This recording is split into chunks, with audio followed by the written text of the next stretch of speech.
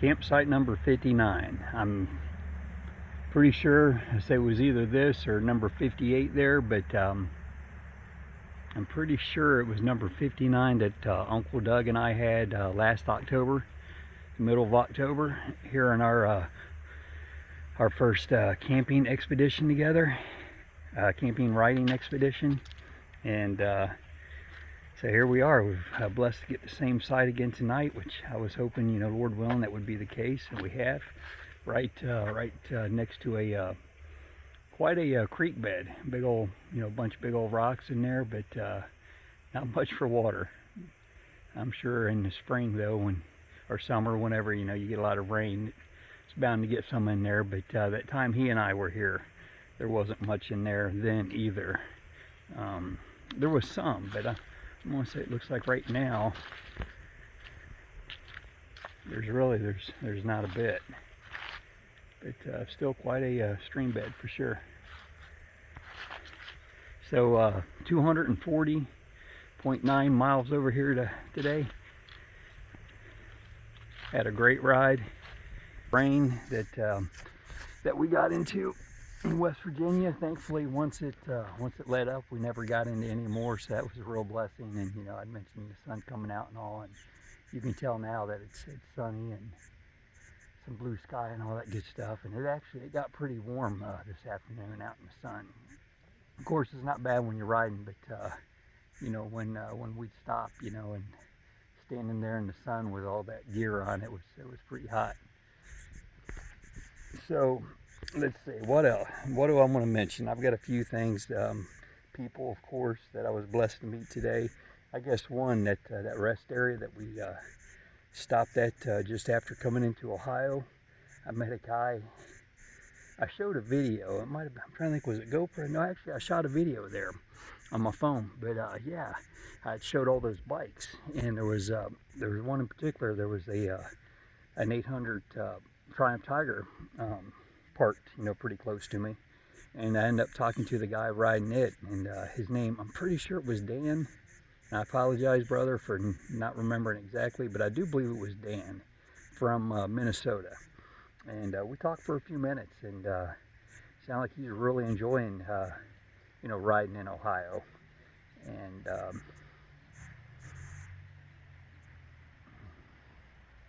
yeah, he was actually the mother bikes too. There were 4 bikes there together. I think the others may have been Harleys. They were big old dressed out bikes. Could have been, like a Goldwing or a Yamaha or something like that. But I'm thinking they were all Harleys. I didn't look that close. But it was him on that Tiger, and then those, again, the big cruising bikes. And they were all, riding together, and it sounded like they were going to cover some ground. And going to go down into West Virginia, I believe, in Tennessee, and maybe on over into, I think he might have said Missouri and all that. Like they're doing sound like a pretty big trip. And actually, as well, he had told me, like, back, I don't remember when it was, like 20 years ago or so, he did like a big 2-month, pretty big trip around the country and up into Canada and all that good stuff. So he's put some time in the road as well. But it was good meeting you, good talking to you, man. After that, got down into a little town. It was Tupper Plains. Little town I'd never been to before. A lot of that part of the country I haven't, maybe over the years, maybe sometime in my life, maybe I'd been through some of the area. I don't think I've been, through Tupper Plains before. But again, that part of the country of Ohio, up against West Virginia, I've definitely been to before. But like I said, that little town of Tupper Plains, that was a new one for me. And had a Subway, so I stopped there in Subway and ate me a big old foot long, and chilled for a few minutes and all that good stuff, and really hit the spot. Let's see, riding on from there, just out of Tupper Plains, got on 681. 681 was a winding, twisting country road, just beautiful scenery. Classic, just kind of Ohio hills, foothills of the Appalachians, and ended up meeting a guy back in there. Actually, I'd seen him. I came down around this curve, and I saw this guy, like, stopped at I guess like a creek, kind of a marshy area, and he was on a scooter. And he was stopped there on the side of the road, and he was looking down into the creek, it looked like. And so I just, rolled on by him, and then I got up to a stop sign, and I'm about to turn right, and I look up, look to my left, and he's like right next to me. And it happened so quick, I was like kind of starting to pull out, I think when I saw him, so I just went and pulled out. But clearly he wanted to say something, so thankfully I didn't have far to go down the road, and there was another side road, so I just pulled over, and yeah, sure enough, he comes pulling up next to me, and he says, "Who are you?" And I said, "I'm Kevin." I said, "The Purple Pilgrim." And anyhow, we got talking, and he was a great guy. Jerry Coleman is his name. He's 67 years old. He had a stroke in recent years, so his vision's not as good, and I think just maybe I don't know. He talked like he's got other issues with it, which often people do. But he was out riding that scooter, and he's got other bikes. He's got I think he's got a KLR 650, and he's got that. He had a big Yamaha Tenere, the 1200, but he said he sold it. Said it was just too big, and I don't know if it was because again after the stroke or just in general he thought it was too big a bike. But he sure gets around on that scooter. It was a 150, a Honda. I don't remember the model, maybe RX or something, 150 or RN, but cool little scooter. And that dude told me that he said yesterday he had ridden over the New River Bridge on that scooter, and he might have said 200 and some miles, from there where he lives, I guess, round trip. So that's covering some ground on that little thing. But you can ride them things anywhere you can ride a motorcycle pretty much. But we talked for quite some time. He lost his wife to cancer, which I'm certainly sorry to hear that. And but just great guy, also a brother. That came out, which is again always a thrill to meet another brother. And we talked roadside there for quite some time. He took a picture of me. I took a picture, a selfie with us. Took a still shot, and then finally, I rolled on. But Jerry, God bless you, man, and just so great to meet you, and you'll always be a big part of my venture. Even just talking to you there, roadside for those few minutes is something that I'll always remember, and it's like I said, it's always going to be a big part of it. I mean, the people have been. I've said that before. That just the people that I've been blessed to meet, has been such a bonus. And as I've said, again before, I knew the people would be a big part of it, but I had no idea that I would meet the folks that I did, and that so many of them would touch my heart like they have, in just such a deep, meaningful way. So rolled on from there. Trying to think if I met somebody. Well, here at the park, actually, I think it's about 6:30 now, something like that, or just after 6:30. Probably got here, I guess, sometime after 5.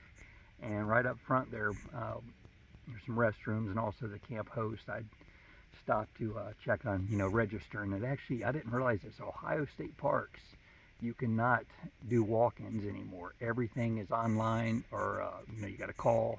You have to pre-register, and there's not a signal down here. So I was like, well, how am I going to do that? But I talked to the camp host, and she said, sounded like it wasn't any problem at all. So when the camp store opens in the morning, I can just go up there and I can, I can register. I can pay then.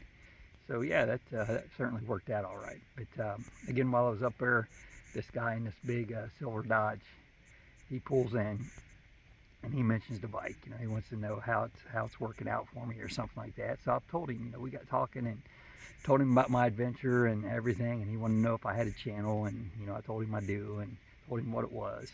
His name's John Smith, and he's born and raised down in this area. Lives in Pike, Ohio, which is not too terribly far from here, and sounds like they hit this park quite a bit. He said he's been camping here since he was a kid. I think that's pretty neat. And had his wife with him. I didn't, she was sitting on the other side of him, so I didn't speak to her or get her name or anything.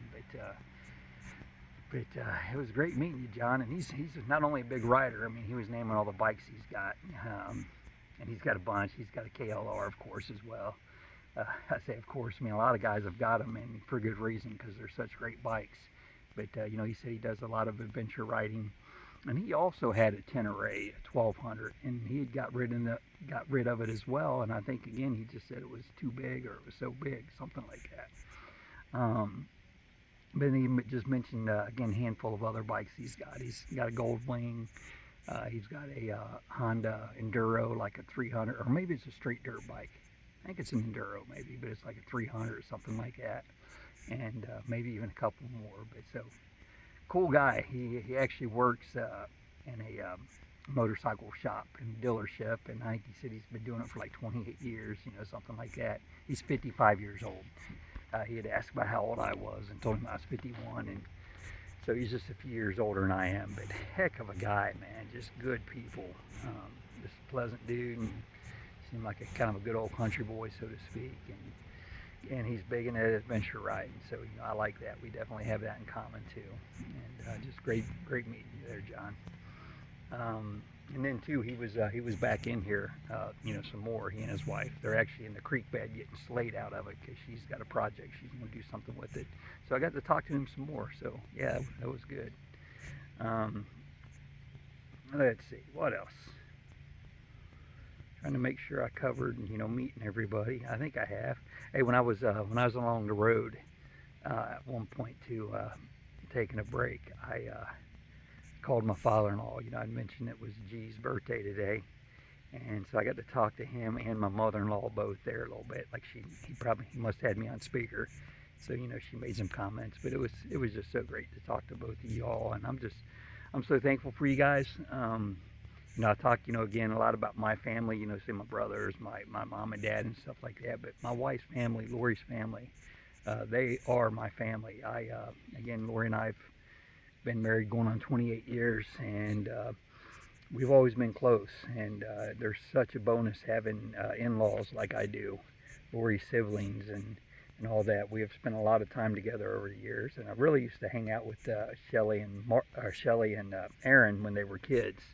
They were pretty young when Lori and I got together, so I used to take them out to parks, hiking and stuff. But we did all kinds of stuff together, and it was just such a blessing. But now they're grown ups with you know, married kids and all that stuff. And I don't see them nearly as much as I could or should. But I'd like to think, God willing, I'll do better and try to spend more time with them and with their kids, and try to be an involved uncle. And I've got my again, my brother John's little daughter too, Zoe, you know, that's local, and Hannah, for that matter, his stepdaughter. She's a good young woman, you know, in high school and all that. And we have spent some time with her over the years, but it'd be nice to spend more time with all of them. You know, something too about Lori's family. All my grandparents had died, you know, years ago, but Lori, up until recent years, still had all four grandparents, which I just think is, you know, just so amazing, and just what a blessing. So, you know, for the longest time, you know, I mean, her grandparents were my grandparents, and you know, just what a bonus and a blessing to have, you know, the, say, surrogate grandparents, so to speak.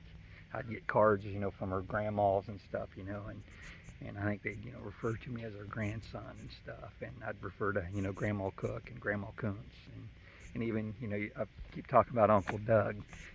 Lori's, that's her dad's youngest brother, and he's a good dude, and I really enjoy him too. And but yeah, he's my uncle-in-law, but I'm thankful for him, and I'm thankful for all of them. All right, bear with me as I try to think and get the rest of this out for tonight. That might be it for tonight. Haven't eaten dinner yet. I think I'll eat some dinner here soon. Listen to my audio book. That's something I haven't told you all before, is that I'm on my third audio book since I've been out here. I started the first one there at the Triple B bed and breakfast there in Whitehorse, Yukon. You know, there with my Yukon mom and Lyle at their place. I started, Howard Bloom is the writer's name, and evidently he's a New York Times bestseller and all that. but he's got a book called. I knew I was going to do that. I don't know why I didn't look before. It's something like the floor of heaven, or yeah, I think maybe it's the floor of heaven, but it's about the Yukon or the Klondike gold strike back in the late 1800s, and really interesting, really entertaining book. And I just finished it actually at Lake Champlain, there at Grand Isle State Park. At that campsite, I finished that book. I mean, it was like, I think it was almost maybe like 40 hours long or something, the reading of it. I finished that, and then I started, just after that, I started another one of his called the Gold of Exodus, which was really cool. It was about these, back in the like late 80s, a couple guys went on a treasure hunt there in Saudi Arabia for Mount Sinai, because from when the children of Israel left Egypt, and they were loaded up with all that gold that they took from Egypt. There was, I guess, folks believed that some of that gold was still out in the desert there by Mount Sinai, and so they did this adventure into Mount Sinai in Saudi Arabia, looking for this gold, and it was a really interesting story as well. But it was only maybe like, I don't remember, I'm thinking like 4 or 5 hours, something like that. So I started that one, and where did I start that one? I don't know, just recently, and then I finished it. You know what, I think I started it there that first night. Yeah, I did actually. I started it that first night in the Adirondacks. Um, that Sunday night, I had that campsite in the in the state land the first night. I started it there, and then by the following, I guess, was that Thursday or Friday, when I had that the state game lands number 57 in Pennsylvania, is when I'd finished that. So again, just in a few days. But as I said, that first book, that went from Whitehorse, Yukon, to all the way there to Lake Champlain, listening to it when I could. And now, though, I started actually there at the Shenandoahs, I guess it was. I started The Frontiersman by Alan Eckert, which is a book that I read when I was a young man, like early 20s, about Simon Kenton and Tecumseh and Blue Jacket. And in particular, Simon Kenton and Tecumseh are a couple of my heroes. I absolutely loved that book. And I'd started it in recent years on audio, and I was listening to it like when I was deer hunting in the tree stand, but then I quit listening to it. And so I bought it the other day, and for like $8 or something, online. And I thought I was going to pick up where I left off, but I thought, why would I do that? Why wouldn't I just start it over? And I'm so glad I did, because it's just such a cool story. And two, starting it there in the Shenandoahs in Virginia. Simon Kenton's actually, the book starts, with him being born in Virginia and all that stuff. And so yeah, he's an old Virginia boy, and I just thought it was really cool since that's where I was. And even now, being here in Ohio, so much of it takes place in Ohio. Again, Chillicothe, and because the Shawnee Indians were big here in Ohio. I mean, this was the frontier, back in 1700s, and Kentucky was a hunting ground. Nobody lived on it. Just different tribes would go into Kentucky to hunt, and then of course, white man comes in, and everything changes. But that's just such an interesting story. If anybody's interested, like I said, it's Alan Eckert, The Frontiersman. So I think here in a little bit, when I eat, or when I shut this down, I'm going to go and put my earpiece in and start listening to that again. Yeah, we're like not even, we're like 67 miles from home, give or take, which is crazy cool. And again, just being here back at Pike Lake State Park, where Uncle Doug and I camped last October, I think this is such a fitting place to have, my last campsite with old Zeke here. But, I say that's my last camp. Well, it's the last campsite of this adventure. God willing, there's going to be many more campsites, and again, with Uncle Doug as well, and with whoever else, man. It's, I want to keep doing this stuff, and I just sure, I mean, it just beats sitting home watching TV, and life's too short. So that's something that this has really taught me. I feel like I've wasted so much time, um, but again, I've had the adventure of a lifetime, and God willing, I want to keep it up and just do what I can, continue. So I think that's enough said. Uh, Unless I think of something else, I'll come back. I talked about before having all that memory, but yeah, making videos like this, and this because I'm 20 minutes plus now, and then the other ones I've done today, it's starting to add up. So, well, I was going to say I'll upload some more to YouTube, but I can't. Again, I don't have service here, but I still think I've got enough space to do what I need to do between now and home tomorrow. Lord willing. So that's all I got, guys. September 19th, Monday, 2022, Big Mission Motorcycle Adventure, Pike Lake State Park, campsite number 59, all that good stuff. Again, I know I lay a lot of details on y'all, and I don't know how interesting you think my books are, but as I've said before, this is it's all part of the adventure, and it's my adventure. This is my journal, I guess, as I've said before as well, and just want to record it all as much as I can. Again, I'm sure I've left out stuff. I forget stuff. It seems like all the time. It's just hard to keep track of everything I want to say, and then I remember a lot of stuff after the fact. Oh, speaking of, I felt so much better about this. I did not have to ask Lori the details about back when we got together. It came to me. I was said that how quickly we got engaged. We got engaged. I think it was within 3 months of when we started dating, and then we were married like 7 months after that. So I remembered. Thankfully, I didn't have to ask. But yeah, so it's kind of a whirlwind. But when you meet a good woman and or she tells you that we're getting married, and I said, oh, all right, I like saying that.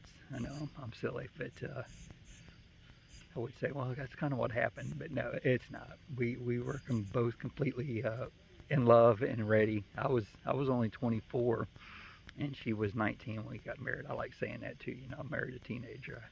It's always been another goofy joke of mine over the years. But I'm clearly a pretty goofy guy, but it's all right. It's who I am, and I so appreciate y'all just riding along with me and watching all these, and I'm just thankful for you guys, and again, everybody I've met. Just God bless y'all, and good night.